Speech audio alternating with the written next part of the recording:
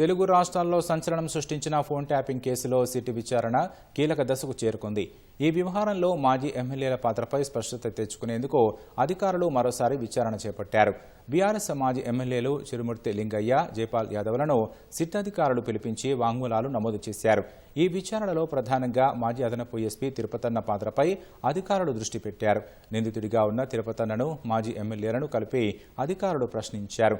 గతంలో సేకరించిన call data ఆధారంగా వారి మధ్య జరిగిన సంభాషణలపై స్పష్టత తీసుకున్నారు. ట్యాపింగ్ వ్యవహారంతో తమకు ఎలాంటి సంబంధం లేదని మాజీ ఎమ్మెల్యేలు చెప్పారు.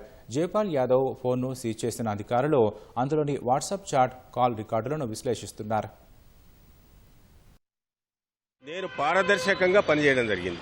ఏదో 2 నెంబర్లు మా కళకు సంబంధించిన వ్యక్తులు ఇచ్చారని చెప్పి సిట్ వాళ్ళు నన్ను గతంలో పిలిచారు, ఇప్పుడు కూడా పిలిచారు. ఎస్ఐబి వాళ్ళు అప్పుడు 2 పేర్లు చెప్పి 2 నెంబర్లు ఇవ్వమని అడిగారు. వాస్తవంగా దానికి మాకు సంబంధమే లేదు. అధికారులు అడిగినప్పుడు, ప్రభుత్వానికి సహకరించేటువంటి పోలీస్ డిపార్ట్మెంట్ అడిగినప్పుడు ఇవ్వాల్సి వస్తుంది. అంతేగాని అంతకు తప్పిస్తే మాకు ఏమీ తెలియదు. వాళ్ళు అడిగారు, ఫోన్ చేశారు, అడిగారు, ఇచ్చినాం. అది మా కాన్స్టిట్యూన్సీలో కాబట్టి 2 పేర్లు చెప్పారు, 2 నెంబర్లు ఇచ్చాం. దాని తర్వాత పరిణామాలు మాకు తెలియదా? గవర్నమెంట్ ఏం జరుగుతుంది, పోలీసులు ఏం జరుగుతుంది, సిట్లు ఏం జరుగుతుంది, సిఐలు ఏం జరుగుతుంది, గ్రే హ్యాండ్స్ ఏం జరుగుతుంది, మాకేం తెలుస్తుంది? ఫోన్ ట్యాపింగ్ అనేది మేము చేసే పని కాదు.